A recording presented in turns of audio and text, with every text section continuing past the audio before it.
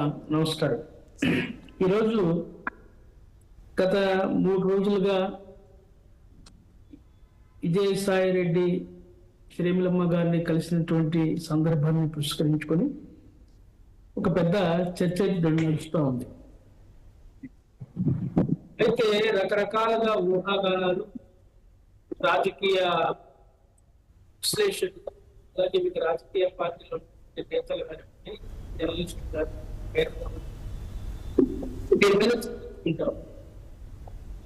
విజయసాయి రెడ్డి రాజీనామా చేయడమే సంచలనమైంది. రాజీనామా చేసిన తర్వాత మరి షర్మిలమ్మ గారి ఇంటికి వెళ్ళి లోటస్ పాండ్ హైదరాబాద్ ఆమెను కలిసి మాట్లాడినటువంటి వ్యవహారం మీద కూడా ప్రజలు చర్చించుకుంటాం. ఇది రాజకీయ రంగంలో ఒక ప్రధాన అంశంగా చూస్తాం. అయితే విజయసాయి రెడ్డి వ్యవహారం మనం చూసాం. ఆయన ఒక వ్యక్తిత్వమైనటువంటి వ్యక్తి, పేరుకి పెద్ద మనిషి తప్ప ఆయన వెంట్రుకలు తెల్లగా అయిపోయింది. మరి ఆయన పెద్దల సభలో సభ్యుడు, పర్యాయాలు పెద్దల సభ్యుడు. ఇంకా 3.5 కాలం సమయం ఉంది. ఆయన పాపం దాన్ని త్యజించి బయటకు వచ్చాడు. ఎందుకు వచ్చాడో ఏమో, మరి ఆయన యొక్క ఇండియన్ ఎజెండా ఏమంటుందా అనేది అర్థం కాదు. అయితే ఆయన రాజకీయాల్లో హత్యలుండో ఆత్మహత్యలే అంటే చెప్పి ఆయన ఆత్మహత్య చేసుకున్నట్టుగా నాకు అనిపిస్తాం. ఒక మాటలో చెప్పాలంటే ఆయన ఏటుగా మరి జగన్మోహన్ రెడ్డితో కలిసి ఆయనే చెప్పుకొచ్చాడు. ఆయన మాటలో వింటున్నాం. 4 దశాబ్దాలుగా కుటుంబాలతో నాకు సన్నిహిత సంబంధం ఉంది, ఆ కుటుంబాలలో నేను సభ్యుడిని అన్నట్టుగా ఆయన మాట్లాడుకోవచ్చు. జగన్మోహన్ రెడ్డి ఏ తప్పు చేసినా ఆ తప్పులో నాకు భాగం ఉంది. ఆయన ఏం చెప్పమన్నా నేను చెప్పాను. చిలక పలుకుల్లాగా మరి వివేకానంద హత్య కేసు కానీ, లేకపోతే షర్మిలమ్మ వ్యక్తిగతంగా టార్గెట్ చేసిన అంశాల్లో కానీ, విజయమ్మ గురించి మాట్లాడినటువంటి విషయాల్లో కానీ ఏది చెబితే అది జగన్మోహన్ రెడ్డి ఏం చెప్పంటే నేను చెప్పాను చెప్తే ఆయన క్లియర్ గా మాట్లాడే అంశం. అయితే ఇవన్నీ మనం ఒకసారి పరిశీలించిన తర్వాత ఏం జరుగుతూ ఉంది, ఎందుకు మరి విజయసాయి రెడ్డికి ఏమైనా మతి భ్రమించిందా, వయసు పడింది కాబట్టి ఆయన ఎన్ని పనులు ఎందుకు చేస్తా ఉన్నాడు? సరే, రాజీనామా చేశాడు, నాకొద్దు ఈ రాజకీయ సన్యాసం తీసుకుంటున్నా, వ్యవసాయం చేసుకుంటా అన్నాడు. పోయి వ్యవసాయం చేస్తూ మళ్ళీ ఇవి ఆహారాలు ఏంటి? శ్రీమిలమ్మ గారిని మీరు ఎందుకు కలిశారు? శ్రీమిలమ్మ గారిని మీరు గతంలో ఏ విధంగా విమర్శించారు? ఆమె వ్యక్తిత్వాన్ని హననం చేస్తూ మాట్లాడారు.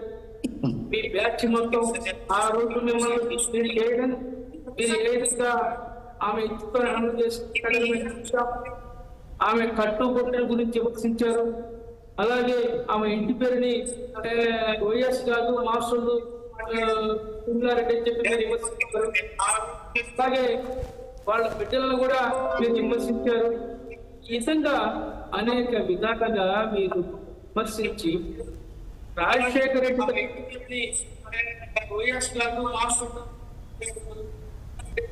వినిపిస్తుందా? మీ సిగ్నల్ కొంత వీక్ ఉన్నది, పర్లేదు. ఓకే ఓకే ఓకే ఎవరి దగ్గర టీవీ సౌండ్ వస్తుంది. ఎస్ రైట్, చేసుకోండి. ఎస్ ఓకే, కంటిన్యూ చేయండి సార్. బలరాం గారు, ఎందుకంటే ఈ పెద్ద మనిషి ఎందుకు మరి ఈ విధంగా వ్యవహరించాడో అర్థం కానటువంటి పరిస్థితి. రకంగా చెప్పాలంటే విజయసాయి రెడ్డి గారు ఇంత దిగజారు రాజకీయాలు చేయడం అనేది సమాజం. ఎందుకంటే ఆయన చూసాం. ఒక రకంగా మేమేమనుకుంటున్నామంటే జగన్మోహన్ రెడ్డి ఇతన్ని గత కొంత కాలంగా దూరం పెడుతూ వచ్చాడు.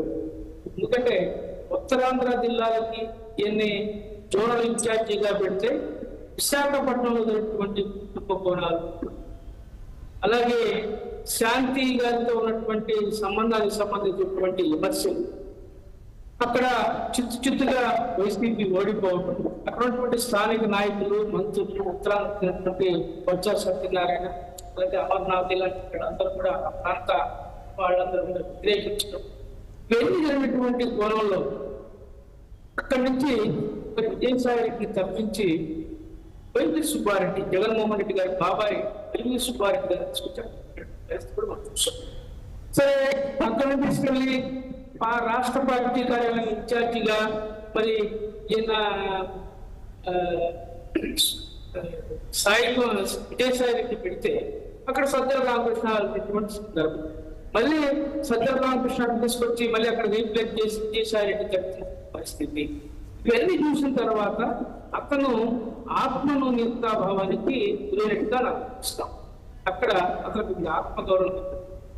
ఎందుకంటే శాంతి గారి విషయంలో జరిగినటువంటి ఈ యొక్క విషయానికి సంబంధించి ఇతను ఎవరు సపోర్ట్ చేసినటువంటి దిక్కు లేదు.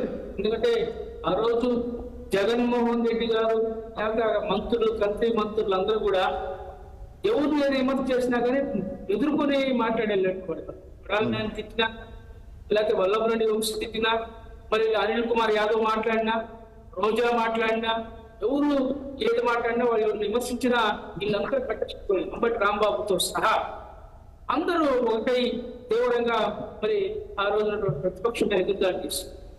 కానీ విజయసాయి రెడ్డి మీద ఆరోపణలు వచ్చిన సందర్భంలో ఎవరు కూడా అక్కడ పక్కన నిలబడలేని పరిస్థితి మనం చూస్తాం. అప్పుడు కొంత జ్ఞానోదయం అయిందేమో అని చెప్పి మాకు అనిపిస్తాం. అప్పటి నుంచి రగులుకుంటా వచ్చి ఇది బ్లాస్ట్ అయ్యి ఇది అంటారంటే ట్రబుల్ షూట్ అయ్యేట్టుగా ఇది ఆ విధంగా మిస్ఫైర్ అయింది. ఆయన ఎక్కడో పేల్చబోయి ఎక్కడో పేల్చాడు. తనకు తానే పేల్చుకున్నాడు. భస్మాసురుడు లాగా తన హస్తం తన మీద పెట్టుకుని రాజకీయంగా మరి ఆయన పత్రమైనటువంటి పరిస్థితి మాకు కనిపిస్తుంది. ఇంకో కోణం మనం చూసినట్లయితే షర్మిలమ్మ గారిని విమర్శ చేసినటువంటి, ఆమె మీద వ్యక్తిగతంగా విమర్శ చేసినటువంటి నేపథ్యంలో ఆమె ఇంటికి వెళ్ళి అమ్మ పొరపాటు జరిగిపోయింది, ఏదో గతంలో తెలుసో తెలియకో ఆయన మాట్లాడి పరిస్థితి ఏర్పడింది, మమ్మల్ని ఏమనుకోవద్దామని చెప్పి ఒక పశ్చాత్తాపం వ్యక్తం చేసినటువంటి ఘటన కూడా మాకు కనిపిస్తాం. ఎందుకంటే ఈరోజు అతనికి ఎవరు లేనటువంటి పరిస్థితి కాబట్టి షర్మిలమ్మ అయితే ఒక గట్స్ ఉన్న లీడర్, ఆమె డైనమిక్ లీడర్, రాజశేఖర రెడ్డి గారి ఈ యొక్క లెక్సీ ఆమె కాబట్టి ఆమె దగ్గరకు వచ్చి ప్రసన్నం చేసుకోవాలన్నటువంటి ఒక ఆలోచనతో ఆమెను కలిసినట్లుగా మాకు కనిపిస్తుంది తప్ప మరొకటి. ఇంకొకటి కూడా ఈ 12 కేసుల్లో ఏటుగా ఉన్నాడు కాబట్టి అప్రూవ్గా మారి మరి జగన్ కి శిక్ష పడే దాంట్లో కూడా సహకరిస్తాడని చెప్పి అనుకుంటా ఉన్నాం. ఇతను మాత్రం బీజేపీకి త్వరగా వెళ్ళటం, తొందరలోనే బీజేపీ తెచ్చుకుంటాడని కూడా మేము భావిస్తా ఉన్నాం. దీన్ని ముందు ఏం జరిగిందో మనం చూద్దాం. బలరాం ఇప్పుడు ఒకటి అంటే షర్మిల గారిని క్షమాపణ కోరాడు అన్నది ఒక వార్త వస్తుంది. నిజంగా క్షమించే అవకాశం ఉందా? ఒకటంటే మనం చూస్తా ఉన్నాం, మన భారతీయ సంస్కృతి శత్రువు మన ఇంటికి వస్తే అతని ఇంట్లో పిలిచి గౌరవంగా మంచినీళ్ళు, టీయో, కాఫీయో లేకపోతే టిఫినో పెట్టి గౌరవంగా మాట్లాడి పంపిస్తాం.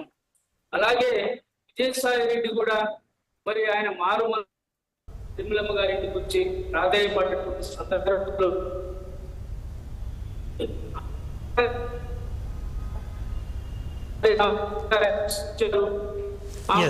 కుటుంబాన్ని